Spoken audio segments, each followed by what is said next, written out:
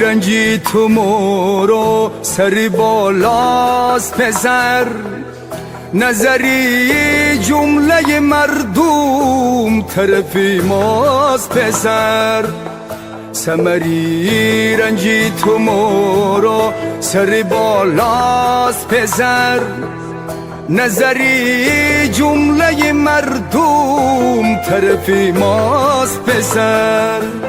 فخر دارم که فرزن ویکارم را افزود شیر مرد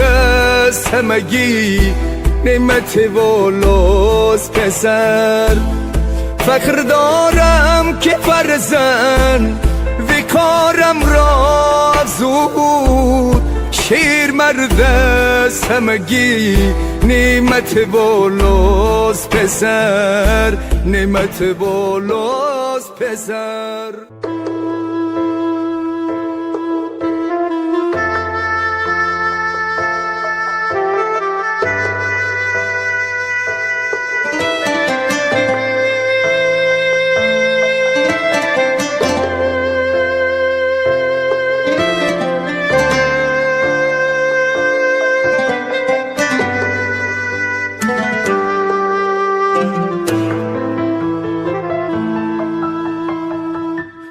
شهن من باز بلند است بلندتر از کو مایه فخر و همه عزت والاست پسر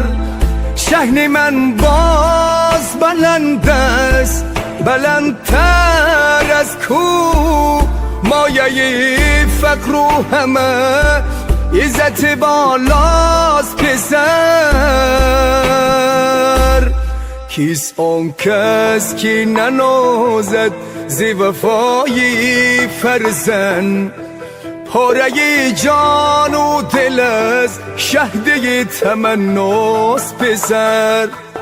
کیست آن کس که ننازد ز وفای فرزند پاره جان و دل از شهدی تمناست پسر